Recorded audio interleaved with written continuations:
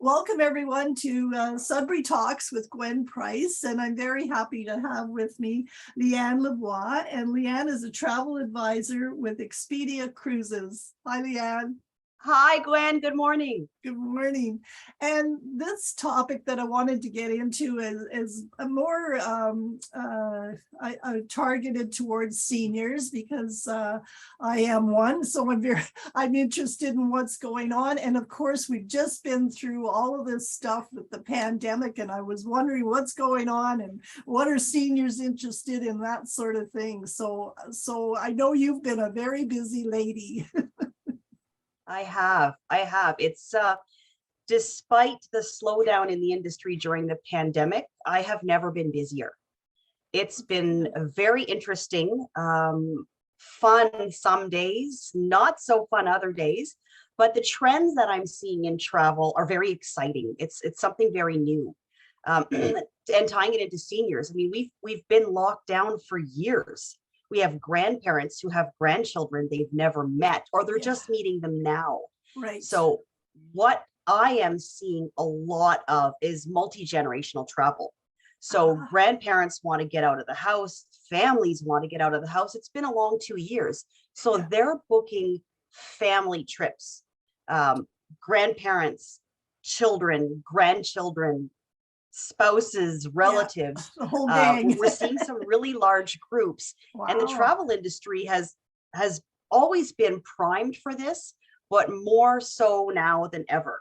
So many different, whether it be a cruise line or land packages or tour companies, they're catering specifically to these multi-generational groups. A lot of the land tours are catering specifically to seniors. So how does that look a little bit different? Well, packages that include tours and excursions, maybe a little bit less mountain climbing, although we do have that for some of our very active seniors. I'd be out. But even things like river cruises, which are so wonderful for multi-generational travel. Every day people on river cruises get to choose from 2 or 3 different excursions. And of those excursions, there's always 2 or 3 physical ability levels. So there's those who have some challenges, those who just want to relax and take it easy, and those who want to pick up the pace and see a few more things.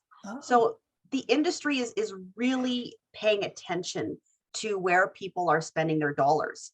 Now, seniors, more and more of them are online. Just because they're online doesn't mean they're really well versed or comfortable, or they know what to look for or what to book. One of the things I've often said is the internet is for looking and travel agents are for booking. Well, I guess it's if you're going from point A to point B, maybe that's not too bad. But when you start talking about, different excursions and all those things, it becomes much more complicated than it really does, because there are so many options out there and so many companies out there. I mean, Canadian seniors will often, and I've had this happen where they'll come back to me and say, I booked with this company and now I can't get a hold of them. I don't know who they are or where they are. And I mean, I've got elderly parents as well. And so to see them potentially lose some of their hard-earned dollars is really heartbreaking. But we live in a digital age. So it's easy to take advantage of people who are not well versed in either just surfing online or planning or an exchange of financial info. And that's where having a real live person can really be beneficial.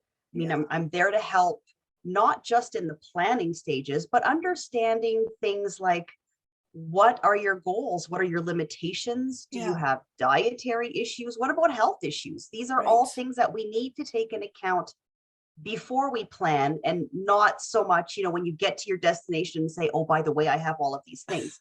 So planning ahead of time can not only make getting to the starting point of your travel so much less stressful, it will also make the trip much more enjoyable because we've planned for what we know. And then there's things we can do, such as travel insurance, to plan for the things that might happen, but we're not quite sure. Yeah, well, and that is something that I'm curious about, because my husband has a number of health issues and insurance, and we haven't left the country for probably now 5 years, and worried about that. Like, is it even possible for somebody with a whole bunch of health issues to still get insurance out there somewhere, even if they have to pay a high premium? Yeah, the answer to both of those is yes. So insurance is possible for people who do have a lot of health issues, depending on what the health issues are. There are things that we call like stability clauses. And I'll give you an example. And I know that you can relate to this. My father's a heart patient. So he had bypass surgery many, many years ago. He had some heart issues last year. And so his insurance is costly if he wants to insure that specific condition. So if he wants to be insured in case he has another heart attack, it's going to be costly. When we travel, and he still loves to travel. So when we travel, he'll purchase travel insurance. And there's one of two ways that this can be done. You can see that I got some shadows going on there. There we go. You got no sunlight on you, Leanne. No sunlight. I'm indoors. That's why I have the background picture to remind me of what it looks outside. It looks like outside. So with travel insurance, I do have some clients who have conditions that can't be insured. For example, if the doctor told you can't go or should not go, if you're on dialysis, if you're terminal, those are reasons that no insurance company is going to want to insure you. Some people still travel despite doctor's advice, maybe not for those three reasons, but because maybe they're elderly or they're not as agile as they used to be, or for example, they have a heart condition. Now, when traveling, if you've purchased travel insurance and you haven't had it underwritten to cover that heart condition, and you're away on vacation and you break your leg, of course that's covered because it's not related to your heart condition. Right. So anything not related to a condition that you have will absolutely be covered. Now, insurance is a very dry subject. It's hard to make this really interesting. And I could talk about this for hours and only make 2 points because there's so much to know. But purchasing travel insurance, cancellation insurance, does not depend on your health. So when you purchase cancellation insurance, and everybody should have some cancellation insurance, budget that as part of your trip cost. Everybody says, I'm going for sure. Well, of course, but that's like saying, for sure, I'm going to be alive next year. For sure, my house isn't going to burn down. I'm not going to lose my job. My dog's not going to die. We don't have any for sure's. And if the past 2 years have taught us anything, there is nothing certain. So having trip cancellation insurance will allow you to cancel your trip at the very last minute. And you'll either get a refund or a credit, depending on what the suppliers are offering. Those are things that I can help you navigate and understand.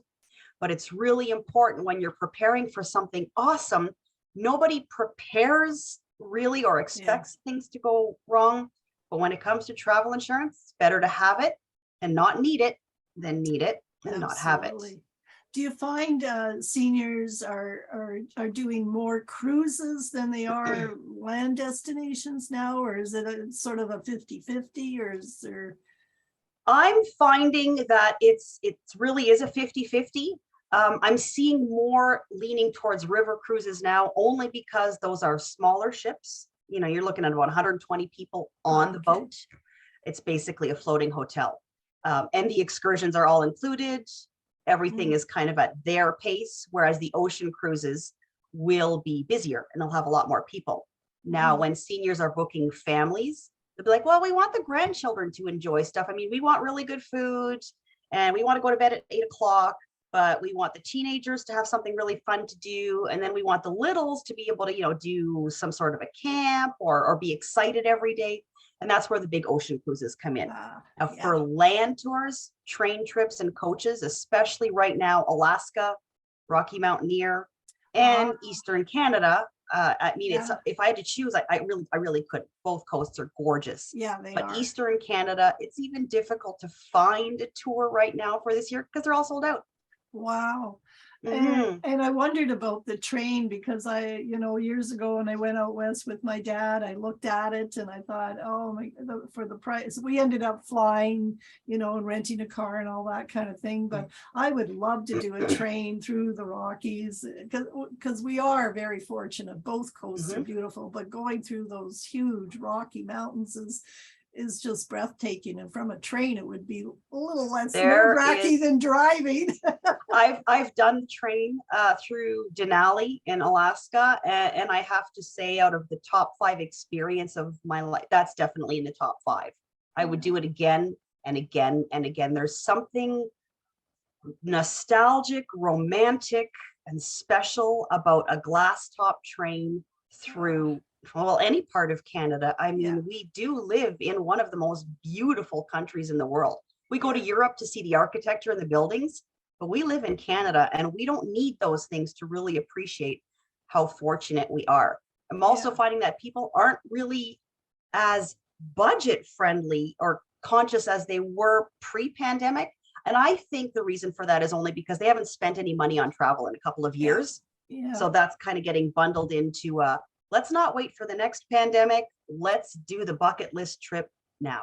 Oh, for sure. COVID definitely changed the mindset of people from a lot of different aspects, right? And it family really and being and with family and experiencing things definitely changed. Like we're all kind of hearing all these horror stories, trying to navigate through airports and all of that kind of thing. Are things getting better? I know it's challenging for people. You see these hordes of people in the airports. Are things starting to get better? Is there a hope there? The good news is it's not all airports that are disastrous. Living here in Ontario, it's almost embarrassing to say that our airport, Pearson, is the worst. I was just there last week. The stories you hear are true. It is not getting better yet. And it's not just the airlines. People are blaming the airlines for everything. I mean, that's a whole other issue. There are some challenges with some of the airlines, staffing issues mostly. But at the airport, they just don't seem to have adequate staff for the numbers we're seeing. I mean, COVID hit, people were laid off. Now, all of a sudden, we're trying to get those staff back. People are off sick with COVID. The staffing challenges are translating into major headaches for people who are getting through airports.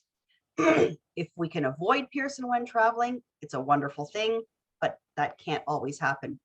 So knowing that you have someone, I mean, I'm part of the insurance policy that you need when you're getting to and from.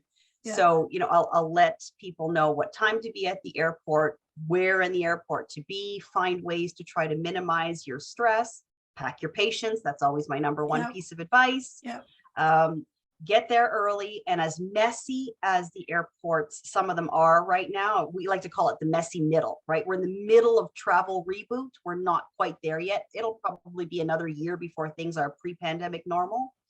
But in the middle of this mess, when you're prepared and these things are going to happen at the airport, it's going to be a delay, what to expect, that helps a little bit with the patience level.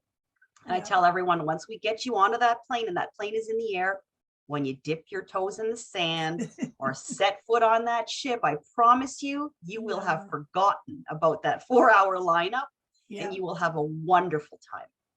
Well, and I think that does sort of hit on the importance of having a skilled professional like you to help them navigate that, because, booking and just kind of not being prepared for it. I mean, I say that to my husband all the time. We basically have to hurry up and wait. We are in lineups for everything right now. There's shortage of staff. Almost every business experiencing that. So it's all compounded when a whole bunch of people are in one place like an airport. So having somebody that you can say help to, and guide them through, because those big airports, even when you're in the best of health and you're young and healthy and all that kind of thing, it's intimidating, let alone when you're a senior and have some health mobility issues, that sort of thing, trying to get through to get to that point where, yeah, you can just sit back and breathe and relax and enjoy your vacation. So Absolutely. yeah. Absolutely. So the best way to reach you, Leanne, is that I'm going to put all these links on this post, but is there like a number or an email address that they should reach out to you with? Absolutely. I mean, for those seniors who are online and on social media, if you go to facebook.com/Sudbury Travel Team, Gary or I, Gary's my husband, he's also a travel agent. So you get two for the price of none. Yeah. We're there to help you. So if you want to do that through Facebook and send us a message that way, we'll get back to you quickly. If you want to give me a call, 705-923-5356. I know you're going to put that number up, Gwen, so that people can find it quickly. And for those that want to email, I'll give you the email address. It tends to be a little bit long and probably easier if it just goes up on the screen. Yeah, for sure. We'll do that.